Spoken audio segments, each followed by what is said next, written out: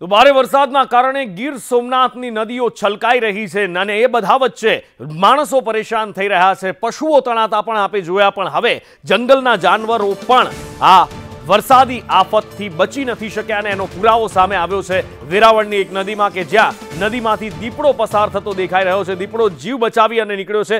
આ વિડીયો ઉંબા ગામનો હોવાનું કહેવાય રહ્યું છે કે જ્યાં દેવકી નદીની અંદર દીપડો ફસાયો હતો અને દીપડો ત્યાંથી નદી પાર કરતો દેખાઈ રહ્યો છે અને ત્યારબાદ એ જંગલ વિસ્તારની અંદર જતો દેખાઈ રહ્યો છે। આ દીપડો પોતાનો જીવ બચાવતો દેખાઈ રહ્યો છે અને દીપડાની વસ્તી જે વધી રહી છે શહેરી વિસ્તારની અંદર પણ આટાફેરા દેખાતા હોય છે, ત્યારે જાનવરો ઉપર પણ આ મેઘ તાંડવની અસર દેખાઈ રહી છે।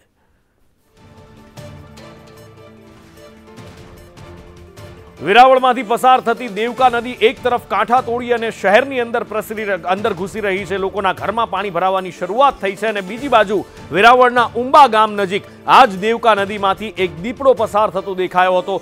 ભારે પૂરના કારણે અહીં આપણે જાનવરો અત્યાર સુધી પશુઓ તણાતા જોયા છે, ગાયો તણાતી જોઈ, ભેંસો તણાતી જોઈ અને હવે જંગલના રાની પશુઓને પણ આ મેઘ તાંડવની અસર થતી દેખાઈ રહી છે। દીપડો જીવ બચાવતો દેવકા નદીમાં દેખાયો।